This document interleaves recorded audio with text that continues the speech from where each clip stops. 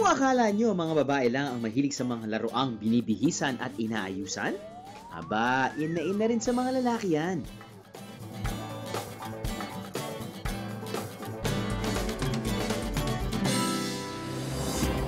That's right! Toys for the big boys ang mga laruang to na mas kilala bilang 1/6 scale models.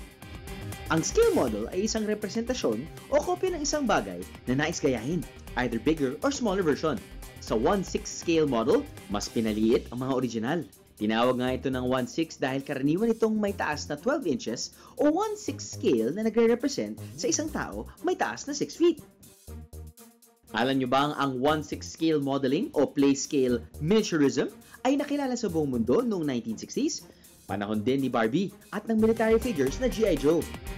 Kaya ngayon, pati mga paborito nating movie characters, naka 1/6 scale na rin. Bakit nga ba baliw na baliw sa play scale ang mga collector guy ni si June?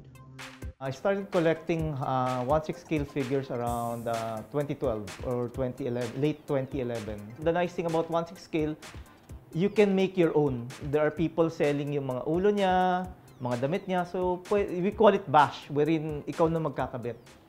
Karamihan sa 1/6 scale toys ni Sir June, siya na ang nagbuo, pero meron din naman binili niya ng buo sa Hong Kong kung saan nagmula ang mga high-end collectibles na tinatawag na Hot Toys. Well, look at that! How incredible! It's Hulk!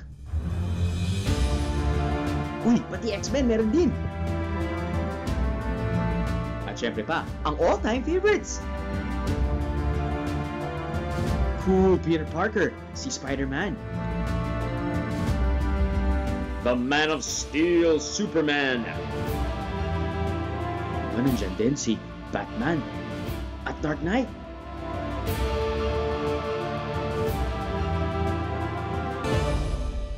And of course, mawawala ba naman si Tony Stark, Iron Man?